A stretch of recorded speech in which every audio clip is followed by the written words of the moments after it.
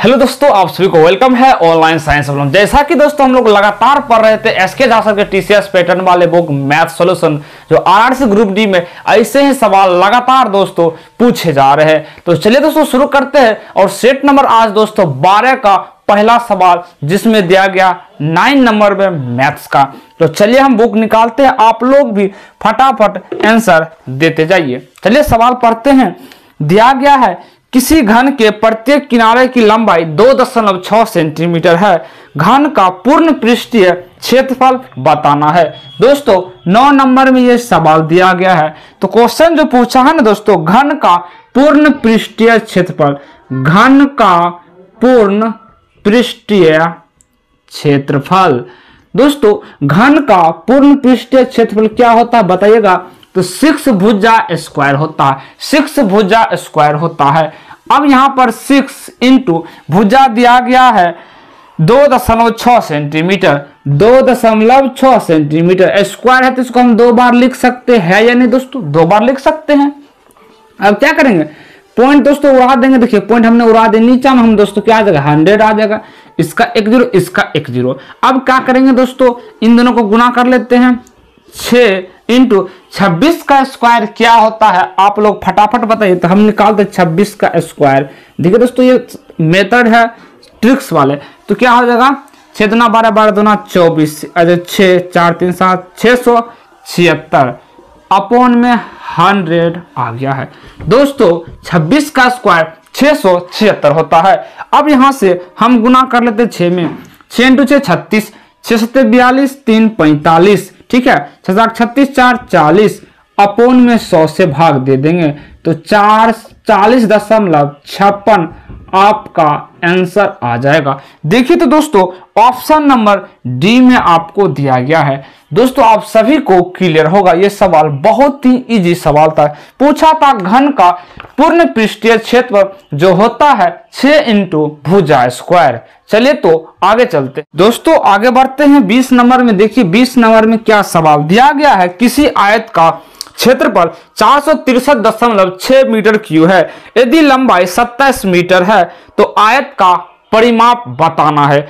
दोस्तों हम जानते हैं कि आयत का जो क्षेत्रफल होता है, आयत का क्षेत्रफल, दोस्तों आयत का क्षेत्रफल होता है लंबाई इंटू चौड़ाई होता है। ये किसके बराबर दिया गया है, दिया गया है 453.6 मीटर क्यूब के बराबर दिया गया है।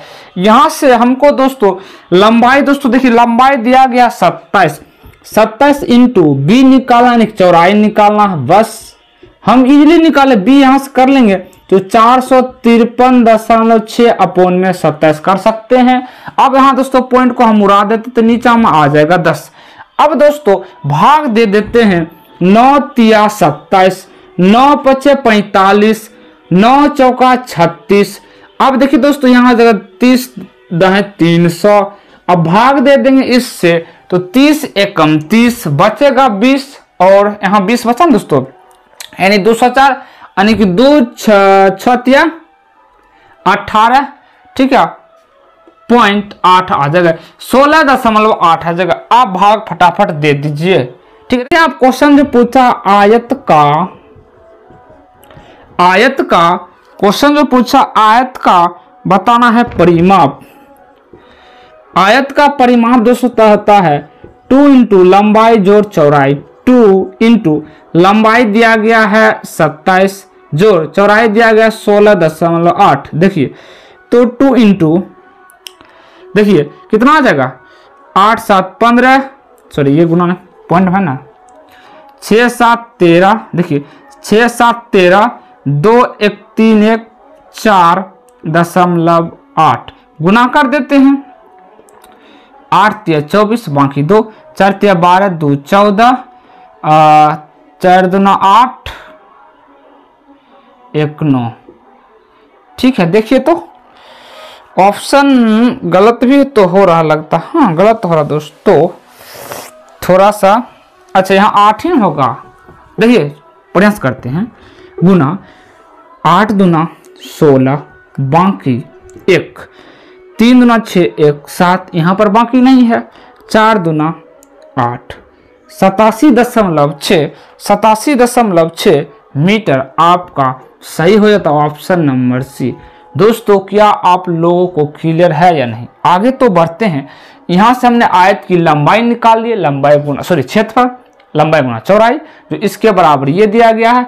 यहाँ पर लंबाई का मान दिया गया है, हमने चौड़ाई निकाल लिए 16.8, हमने भाग देकर निकाल लिए हैं। अब आयत का परिमाप होता है 2 इंटू लंबाई जोड़ चौड़ाई, तो यहाँ से जोड़कर गुना कर दिए हैं, जो कि 87.6 मीटर आ जाता है। चलिए दोस्तों 29 नंबर को पढ़ते हैं, सवाल क्या कहता है। 29 नंबर में 21 नंबर बचा है। 21 नंबर सवाल को देखिए। रवि को हैदराबाद से दिल्ली जाना था और हैदराबाद से दिल्ली आना था, तो उसके बीच 1200 किलोमीटर की दूरी है। वह 25% दूरी पैदल चलता है, 30% बस से, 15% रेलगाड़ी से चलता है। शेष जो चलता है, जो बचा हुआ जो डिस्टेंस, वो हवाई जहाज के द्वारा चला जाता है। तो तय कर निर्णय करता है। रवि द्वारा हवाई जहाज के द्वारा तय कर, यानी कि रवि द्वारा दोस्तों हवाई जहाज के द्वारा तय की गई दूरी बताना है हवाई जहाज के। यहां से दोस्तों अगर हम हैदराबाद टू दिल्ली, इसके बीच 1200 किलोमीटर की दूरी है। एक बार उसने क्या दोस्तों, क्वेश्चन को पढ़ते जाइए। एक बार उसने 25% चला है पैदल और 30% बस से और 15% रेलगाड़ी से चला और शेष जो हवाई जहाज से। तो यहाँ पर टोटल दूरी कितना हो गया? 30, 20, 50, 70, यानी 70% इसने इस प्रकार से चल गया। यानी कि टोटल अगर हम मानते दोस्तों 100% उसको जाना था, तो 70% चल चुका इस प्रकार। जो शेष जो बचा है ये ये तो चला किससे गया होगा? हवाई जहाज से गया होगा। कितना गया होगा? 30% गया होगा हवाई जहाज, है या नहीं दोस्तों? क्लियर है? बताइए। तो यहां से इस प्रकार आ गया। अगर 100% दूरी को उसने 1200 किलोमीटर में चला, तो 1% को अगर हम निकालेंगे तो दोस्तों क्या आ जाएगा? 12 आ जाएगा। क्लियर है? इन दोस्तों टोटल दूरी 1200 था, यहाँ पर हम टोटल 100% मानेंगे एकदम। 100% से भाग दे दिए तो 12 आया। अब लेकिन दोस्तों शेष जो बचा है वो किसके द्वारा गया है? शेष 30%, तो 30 से गुना करिएगा तो 12 तिया 36, 360 किलोमीटर आपका आंसर आ जाएगा। ऑप्शन नंबर डी दोस्तों सही हो जाता है। तो दोस्तों आप सभी को ये बात क्लियर हो गया होगा। तो चलते हैं आगे सवाल में। तो 29 नंबर सवाल को पढ़िए, क्या कहता है। दिया गया है 30 सेंटीमीटर त्रिज्या वाले ठोस धात्विक गोले को पिघलाकर 4 mm के मोटाई को एक तार बनाता है। तार की लंबाई बताना है। दोस्तों जब भी गोले का बात आ गया है, यानी कि गोला था उसको पिघला दिया, तो दोस्तों गोला ही पूछा है। तो गोला क्या होता है दोस्तों? जो गोला होता है 4/3 पाई r³ होता है। इसको हमने पिघला दिए। पिघलाने के बाद दोस्तों एक तार बनाए, तो यहाँ पर क्या आ जाएगा? पाई r² h आ जाएगा। यहाँ पर जो दोस्तों 4 mm जो तार है, ये d का मान दिया गया है। तो यहाँ से दोस्तों त्रिज्या आएगा ना दोस्तों 2 आ जाएगा। त्रिज्या कितना आ जाएगा? 2 आ जाएगा। क्लियर है? देखिए तो 4/3 पाई से पाई हम काट सकते हैं। r का मान दे दिया गया 3, तो 3 का क्यों दोस्तों 27 पहले ही दिया है।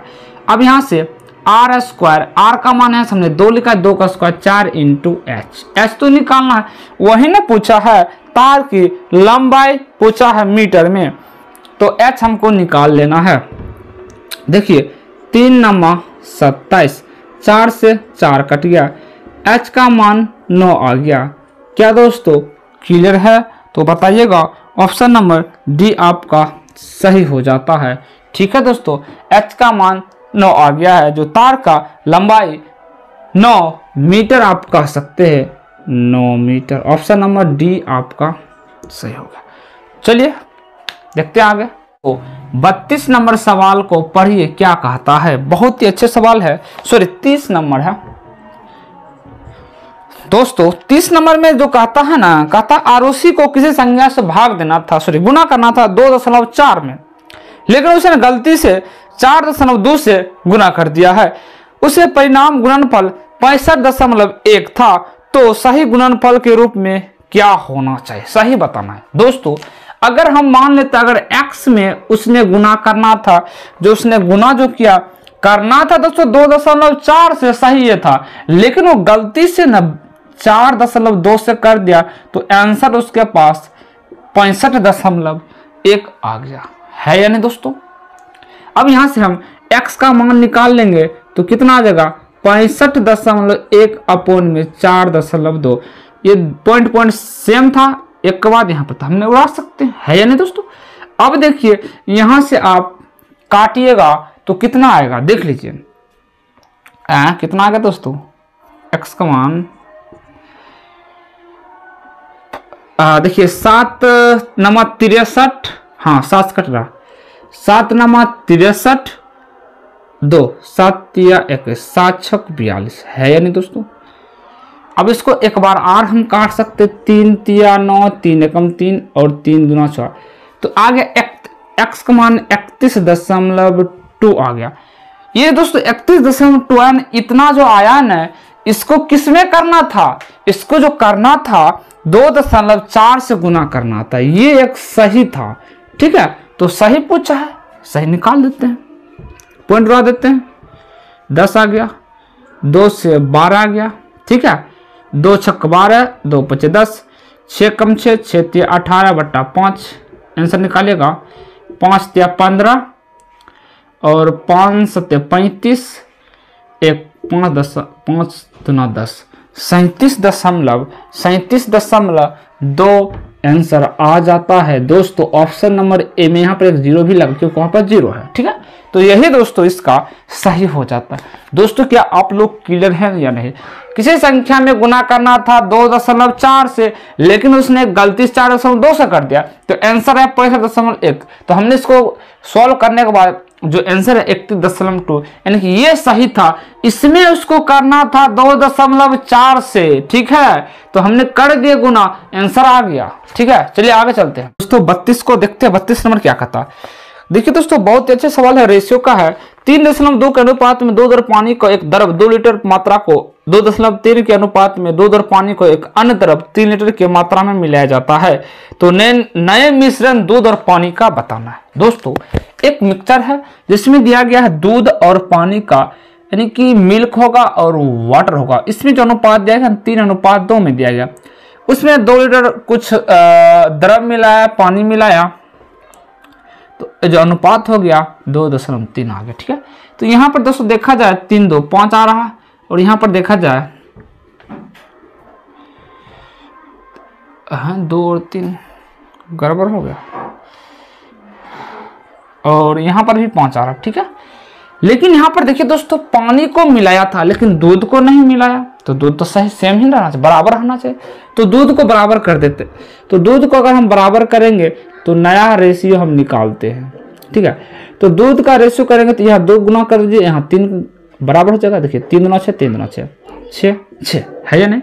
तो यहाँ जब गुना के तो मैथ का रोल करता है इन सभी में करना पड़ेगा, तो 2 दूना 4 और 5 दूना 10 हो भी जाएगा। देखिए 6 4 10।